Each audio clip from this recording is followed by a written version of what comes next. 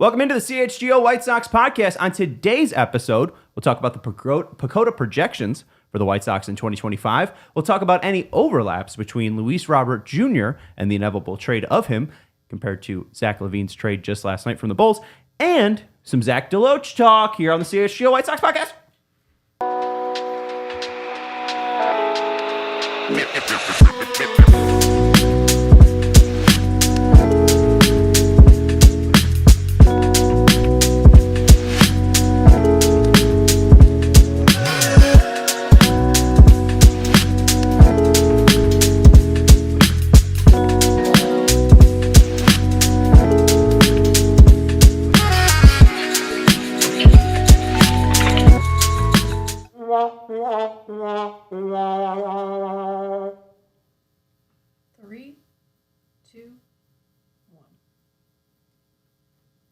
Welcome into the CHGO White Sox podcast, coming to you live from Studio B of our CHGO offices here in the West Loop of Chicago. I'm your host, Sean Anderson. On today's show, we'll be talking about PECOTA's projections for the White Sox in 2025. We'll be talking about Zach LaVine's trade to the Sacramento Kings and if there's any potential overlap on how you'll feel when Luis Robert Jr. is traded. And then we'll talk about some White Sox news. They made a move, folks. A capital M move. No, they didn't. But we also have diehard questions as well. And those are real good questions. We appreciate them. Want you to hit the like button. Want you to subscribe to the CHGO Sports YouTube channel. A big week here. We got a Bulls show coming up after me, but already today we had a Cubs show and we had a Bears show. They're down on Radio Row. They're having a ton of guests there. Matt Forte. I don't know if you've heard of him. He joined the crew down at Radio Row. So a ton of great content on the CHGO Sports YouTube channel. Make sure you're subscribing and hitting that like button. I will be joining you today at 4 p.m., tomorrow at 4 p.m., and Thursday at 4 p.m. for your Sox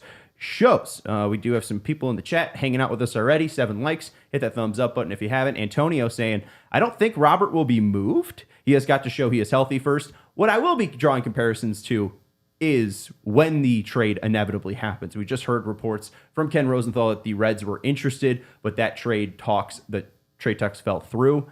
I think he will be moved at some point if he is healthy. We'll get into it. And then Swaggy McNolegs kind of rolls off the tongues right there. Sox just trying not to lose 100, and I don't think that's completely wrong. But hey, PECOTA has them close to maybe even being a double-digit loss team, which would be great. All right, let's get into the big news in Major League Baseball first. Pat Hoiberg has been fired. The longtime, quote-unquote, best Major League umpire has been fired from Major League due to an ongoing gambling investigation into him. Apparently, Pat Hoiberg has a very big and skilled poker friend that he was sharing a phone with. Also sharing some insider information. Apparently, 500 bets were placed with over $700,000 wagered. That's from @JaredDiamond. Hoiberg's devices was used to place over 500 bets over 700K. And then this is also from the article. The disciplinary action was taken due to Hoiberg's failure to uphold the integrity of the game by sharing sports betting accounts with a professional poker player and friend who bet on baseball and whom Hoiberg should have known bet on baseball, and due to Hoiberg's intentional deletion of messages central to MLB's investigation into his conduct. Hoiberg adamantly denied betting on baseball directly or indirectly, and the data provided by the sportsbook does not show any baseball bets from his own electronic device. MLB found no evidence that Hoiberg or anyone took action to manipulate the outcomes of any games, and analysis of the betting data did not show any discernible patterns indicative of integrity risk. Consistent with the Major League rule for players, Hoiberg can apply for reinstatement no earlier than the start of 2026 spring training. So maybe we will see him back in Major League Baseball in 2026, but Hoiberg, who called a perfect game in the World Series, is now being caught up in a gambling investigation, and this is what you really welcome in when you make it legaling, when you give it to every single commercial, and you could download DraftKings Sportsbook and get $5 for $200 in free bonus bets.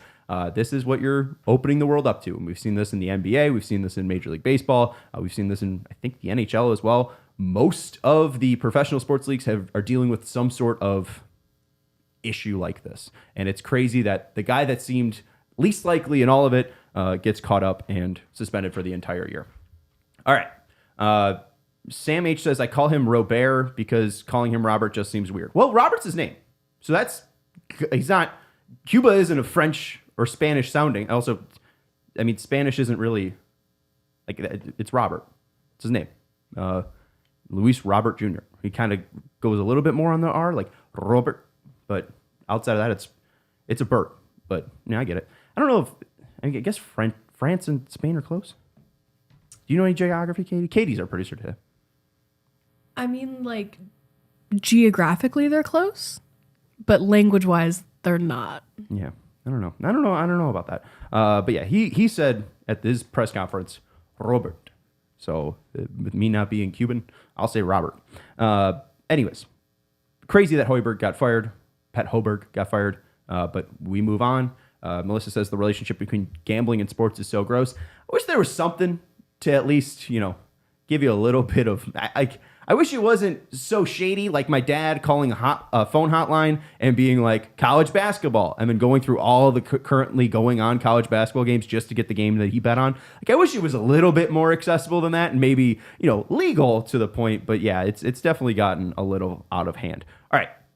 Katie didn't miss this because Katie had to work yesterday due to her emergency podcast that the Bulls forced Matt Peck, Big Dave, and Katie to do. 25,000 views on that. So if you are looking for a breakdown of the Zach LaVine trade, head over to our CHGO Sports YouTube channel and check out that emergency podcast. But it does feel like most Bulls fans are fairly upset or annoyed that they didn't get a great return on All-Star or should have been All-Star Zach LaVine. Dave was a little less heated than Matt, which he typically is.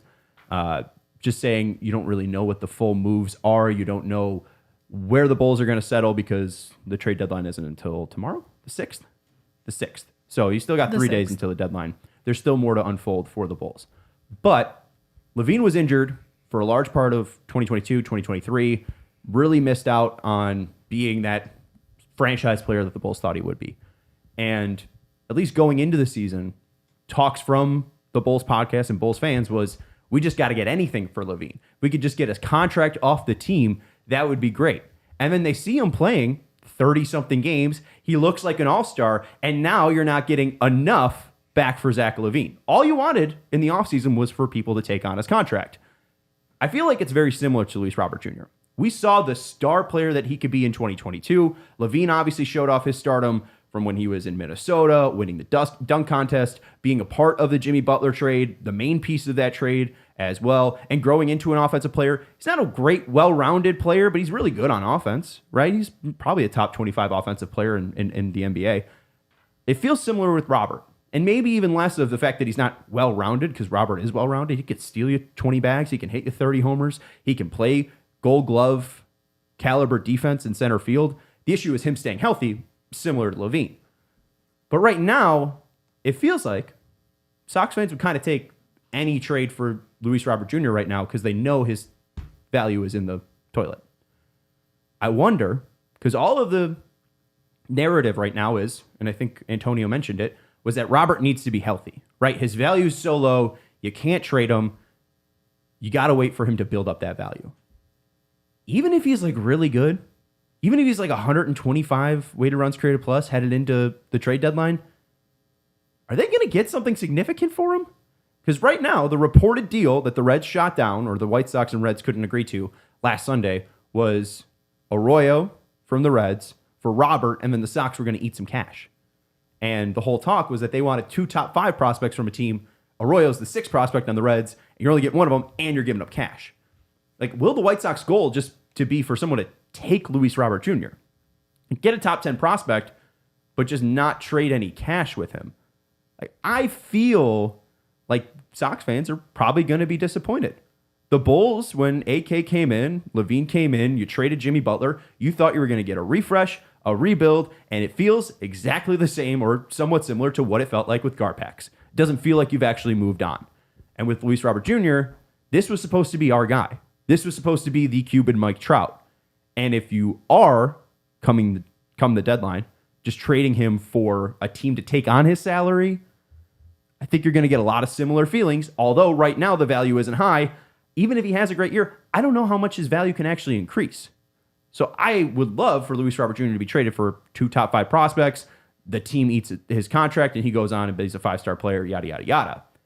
But I don't know how teams view him. Again, they're laughing that the White Sox have this high of a value on Luis Robert Jr., and that's mainly because he's not even projected to be a top 10 center fielder in 2025. Streamer has their projected stats for every player out there, and here are the top 10 center fielders heading into 2025 according to Steamer. Julio Rodriguez projected at 6.1 WAR, Jackson Merrill 4.8 WAR, Mike Trout 3.8 WAR, Michael Harris 5 WAR, Byron Buxton 2.8 WAR, O'Neal Cruz 3.5, JJ Bleday 3.4, Dalton Varsho 2 WAR, Pete Crow Armstrong 2.5, and Brenton Doyle 2.4. The person that put together this top 5 said that Luis Robert just missed, but missing from like what, 2 rookies? I think Doyle is somewhat young, but he's like mainly a defensive center fielder. And if he wasn't in Coors, like, is his value that much important because Coors is so big? Like, he's a very good defensive center fielder. Probably gets better if you get him to a smaller park. But also, like, the reason he's so valuable to the Rockies is because he covers so much ground in that massive ballpark. I think even Crow Armstrong, too. I mean, like, Luis Robert Jr.'s hit 38 home runs in a single season. Pete Crow Armstrong, doesn't even have that much power. Like, I don't think he'll ever hit 20 homers in a season. Luis Robert Jr., he should roll out of bed and hit 20 homers. So, again, I'm just looking at what baseball and the baseball world is telling us about Robert, and I just worry that his value might be a deflating level, just like Zach LaVine has been to the Bulls, or at least the way that felt for the Bulls trading Zach LaVine.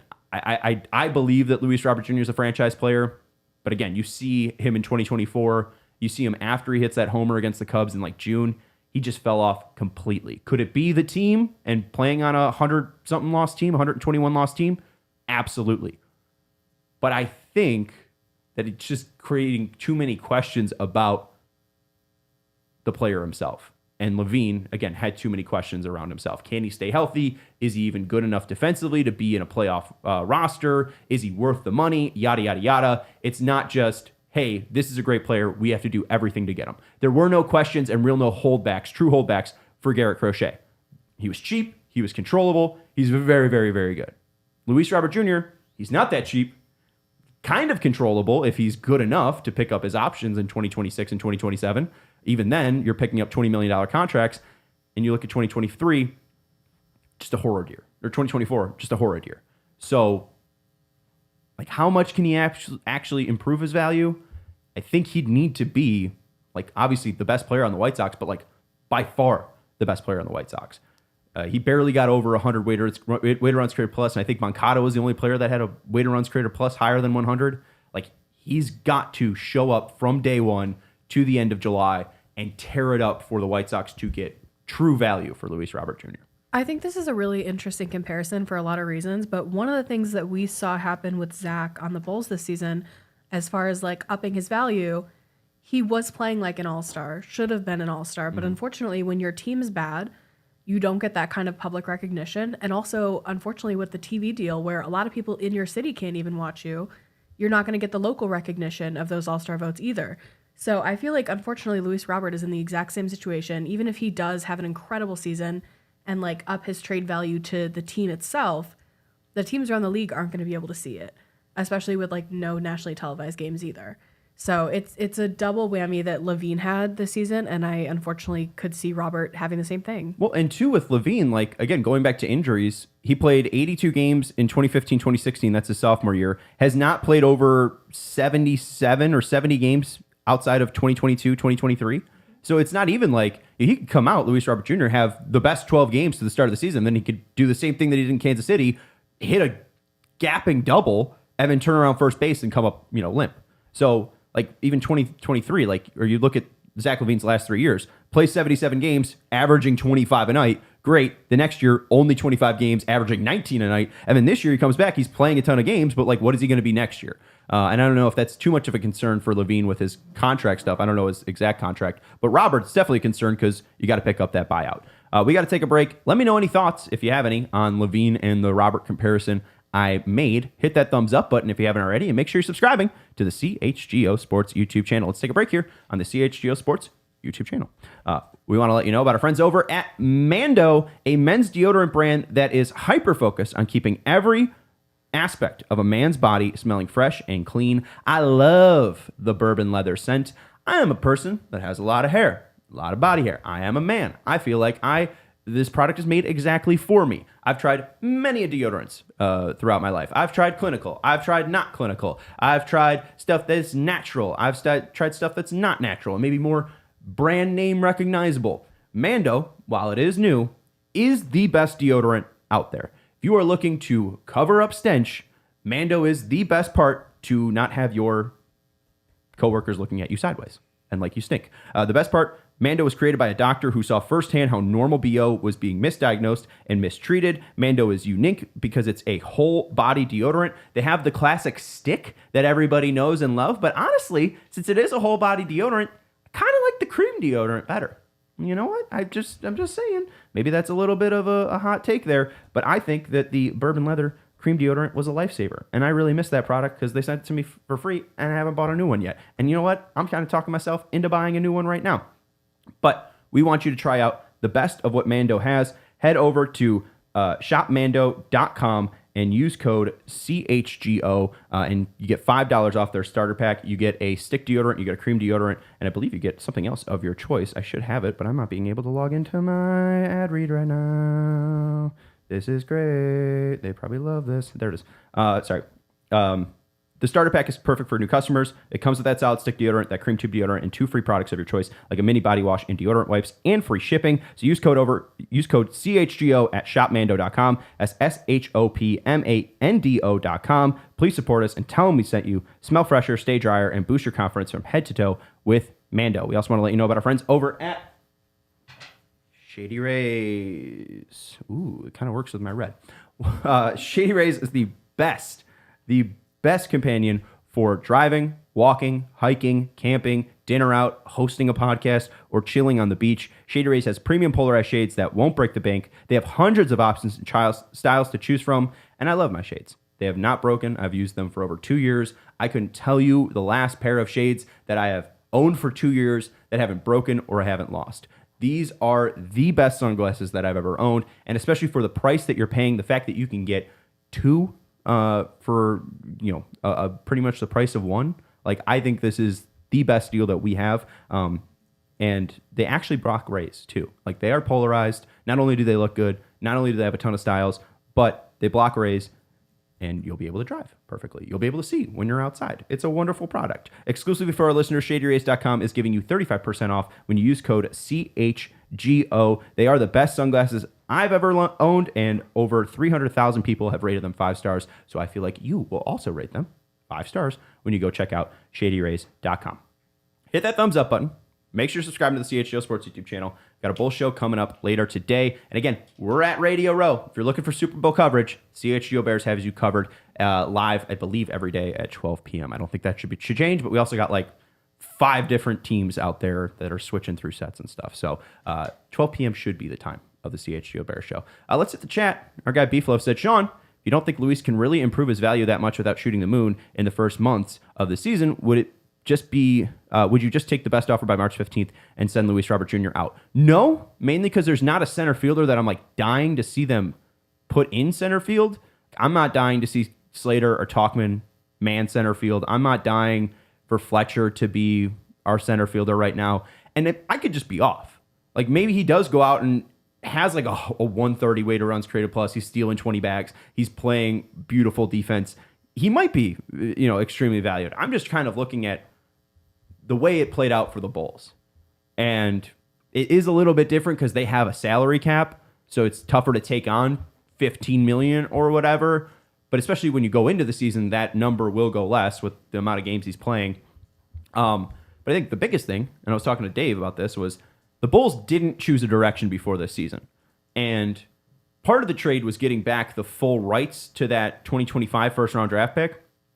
If they chose a direction of tanking, like to start off the year, and just traded LaVine before the season, they wouldn't even have to worry about that pick conveying to San Antonio because they would have been a bad team. They would have had a top 10 pick, and that was top 10 protected.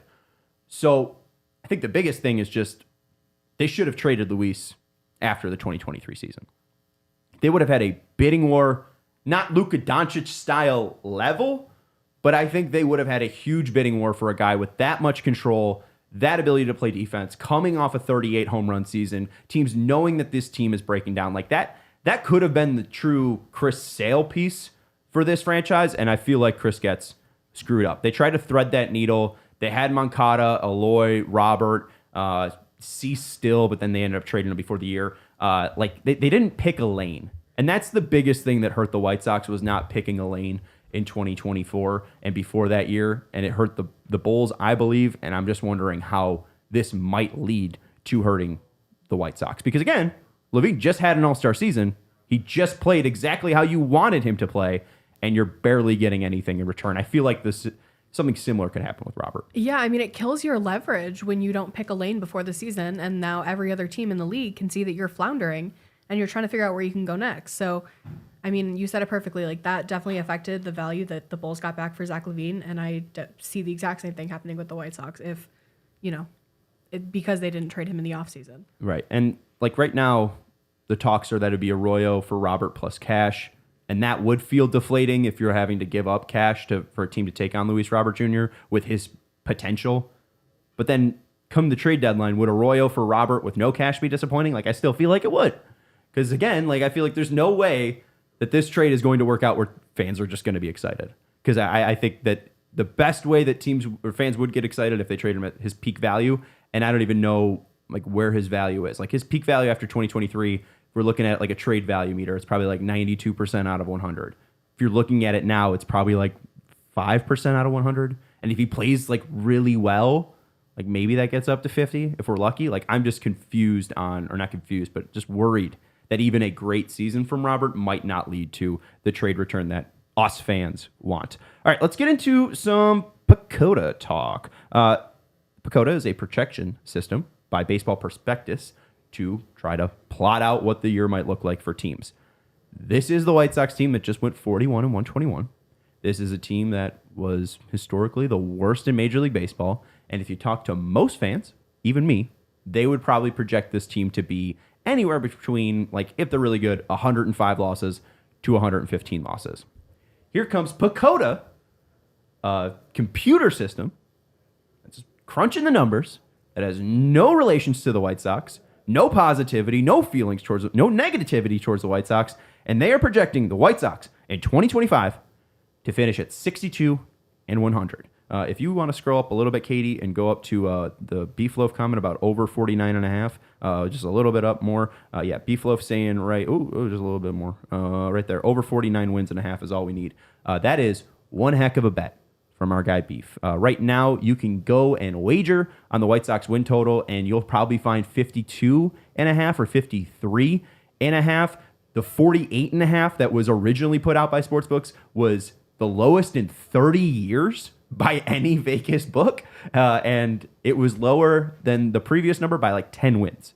So they're projecting a historically bad season for the White Sox, and no one saw this historically bad of a season coming in 2024. I just think, again, going back to my logic before 2024, teams usually don't lose that many games. Teams usually are somewhere in between 75 losses and 101 losses. Maybe a little bit lower, but or I guess 62 if teams are winning 100 games. But I don't think that they're going to be 48 wins bad. Melissa's saying the computer will be wrong. They are only projected to have 631 runs scored, but that's not even the worst in the league. Colorado and Miami are projected to score less. They are in an easier division than Colorado and Miami as well.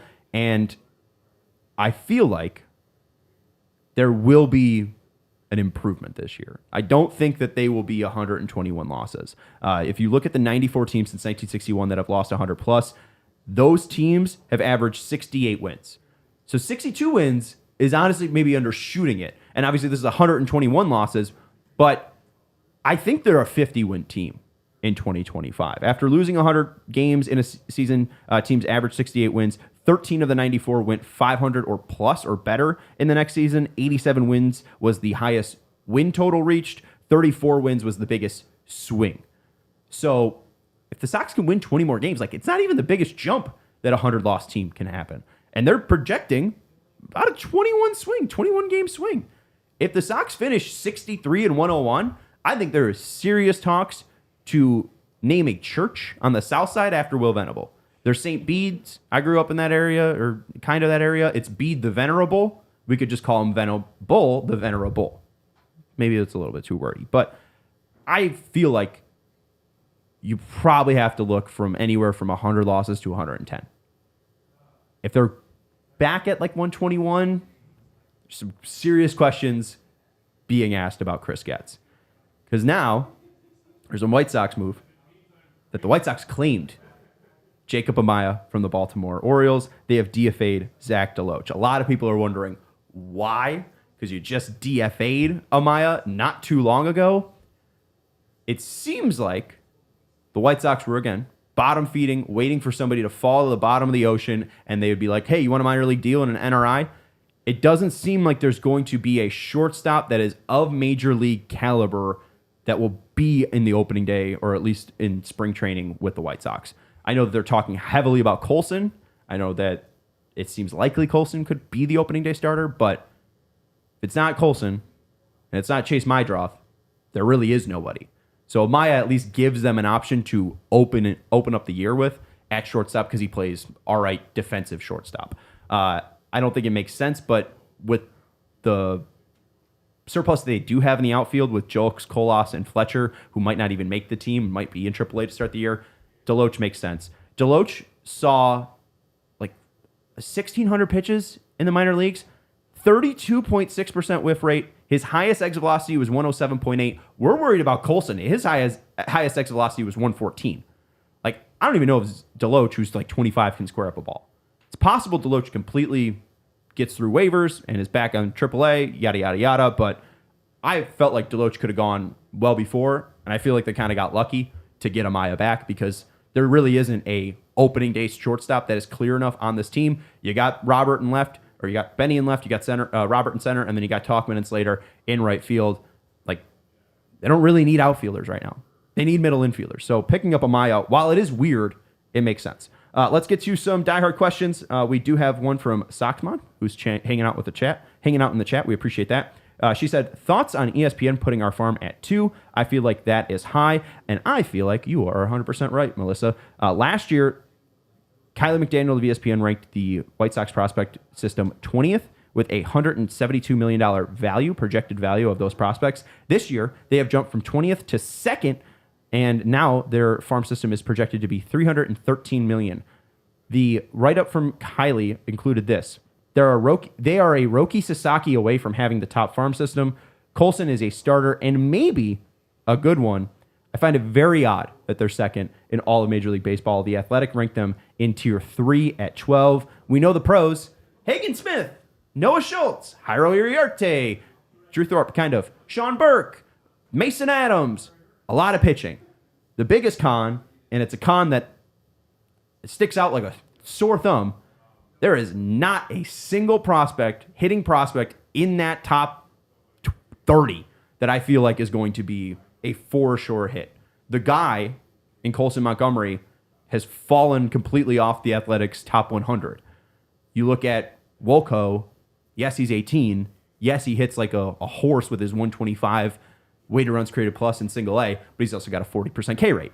Jacob Gonzalez is your former, top first round pick at shortstop right after Colson, and he struggles to hit in Double A. So I don't think they have the second best prospect system in Major League Baseball. I think it's nice that they would be even ranked inside the top 10, and I probably lean closer to Keith Law saying that they are closer to 12th. And then finally, Fresco Elmo said, put your GM hat on.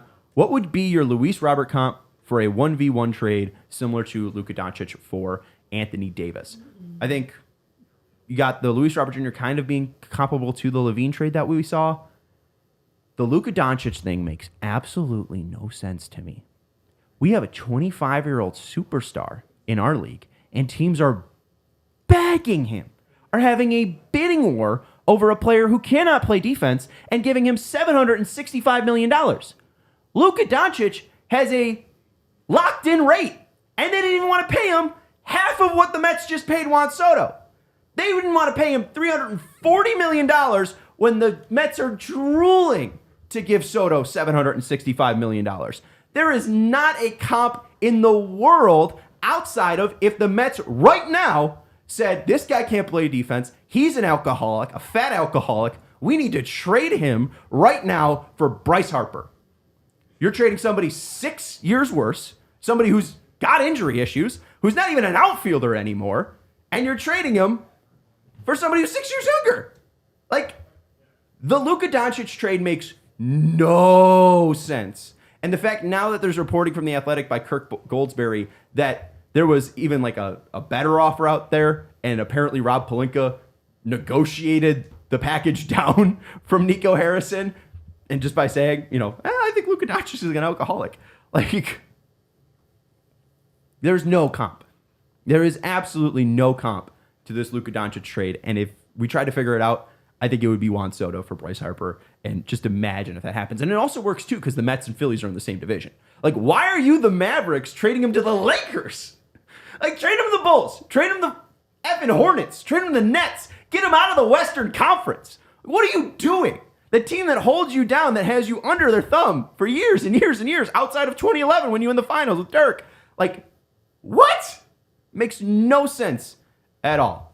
That's going to do it for the CHGO White Sox podcast. Multum Magnum Force said, trade Luis now. I would, but I'm not the GM. Thank you, everyone, for hanging out with us. We'll be back tomorrow at 4 p.m., and we'll be back on Thursday at 4 p.m. Thank you to Katie for producing the show. We appreciate all of our diehards for hanging out with us and hanging out with us in the Discord chat, giving us those questions for today's show. You can go join at allchgo.com/diehard. I'm Sean Anderson, and I'll see you tomorrow. We all silly like the mayor.